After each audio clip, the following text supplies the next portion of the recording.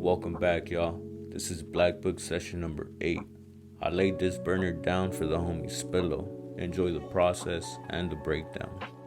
I kicked off the S, a real clean letter in my opinion. Very popular as well, with the forest green Sharpie. To get the S right, I envisioned the original structure of the letter in my head, and I let my wrist flow in a circular motion to get a feeling of the base of the letter. I did the same thing with the P. I envisioned the original structure in my mind and let my wrist flow. Of course, you're gonna have some letters that require bars and extensions in certain areas. In places that don't require them though, get creative with the whips or even a different detail.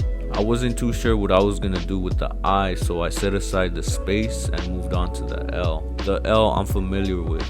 I kind of do this letter naturally at this point. It may be time to experiment with a different style. The O's another letter I'm very familiar with. What I did different here was add an arrow stemming out of its right side. Without that arrow, the negative space in that area of the page would have made the letters look a bit off. I added another arrow going the opposite way on the S to have them a bit symmetrical. I went ahead and added some deep cuts throughout the letters. I felt like giving them a bit of that raw style. While I was adding the cuts, I got a rhythm for the I, so I finished it. The I really leveled the burner. That's what I like about the 5-letter names. Your middle letter is always going to be the one bringing your other letters of each side together. I also added some drips onto the letters. Finally, I retraced the parts of the sketch bold so I could see the rhythm of the letters more, and that was it for the sketch. It took me a minute to try to figure out what colors I wanted to go with the forest green. I was just staring at my color wheel, thinking. I added some splats with red and yellow markers, but I wasn't filling them. I ended up filling in every letter forest green. The red and yellow markers left a pretty dope effect, even though the splats were completely filled in. And then I came in with an army green Molotov and added zigzags throughout the letters. I moved on to the outline and kept it super basic, using a black Sharpie. I traced the physique of my letters, including the drips, and like always, I never touched anything inside. I then used a fine point black Sharpie to get inside the letters and finish their structure, and to enhance the deep cuts details. In order to add deep cuts, you want to go around the outline of your letters, pick a side, and add like half a cut going into your letters. Add this cut like a speed line, like a flare.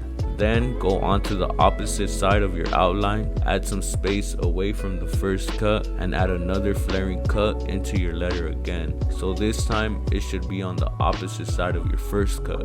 Finally, repeat the cut on the original side of your first cut. On the outside of your outline where you added the cuts, add some bumps matching the area on your outline where you placed the cuts. I usually only do around 3 deep cuts around the letters. Like always though, it's free range. You can go all out with this detail if you want. I also went ahead and added my cuts really sharp and distinguishable where my letters collided with each other or with other letters, especially where the whips come into play. Using a chisel tip gray Sharpie, I outlined the direction of my 3D, then filled it in to give it its full effect. I had the 3D going southeast on the page, so I gathered around every angle on the right side of the letters' physiques and had them going that way. I came back in with the good old black Sharpie and outlined the 3D. This makes the 3D real bold. I brought in the fine point Sharpie once again and started adding those rectangular details that I mentioned in Blackbook session number 7. I did these 2 sessions back to back, so I was still in that groove. I used the angles of the letters going southeast as a point of direction for my rectangular details. I'm not gonna front, some of these rectangular details are off angle, but hey, it happens. I moved on to the outer outline and picked up a skin pastel Molotov paint marker. It kind of looks like baby pink. I traced around my letters with it and added some medium-sized bubbles around all of the letters, leaving some space in between them. Using a 1mm white Molotov paint marker, I started to add my shine. I added shines to the top left side of my letters since my 3D was going the opposite way.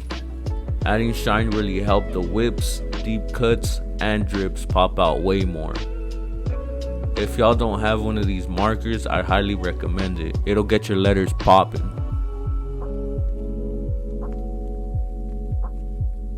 I grabbed a burgundy Sharpie and added a brick wall behind the letters and outer outline. I wanted to let the outline and bubbles be so they could stand out. I feel like this color and background detail really completed the whole burner itself. It's a really nice color. I was contemplating it at first, but I'm glad I went with it. I added my tags and kept them subtle, super basic. I made myself think I had no type of stilo. I just didn't want to go all crazy with them and ruin the page, so I played it safe. Last, I added some darker gray and yellow speed lines inside of the 3D. I had them flaring southeast just like the 3D. Adding these speed lines after the letters and background are complete really brings the 3D a bit more to life. That's the finished product right there for the homie Spillo.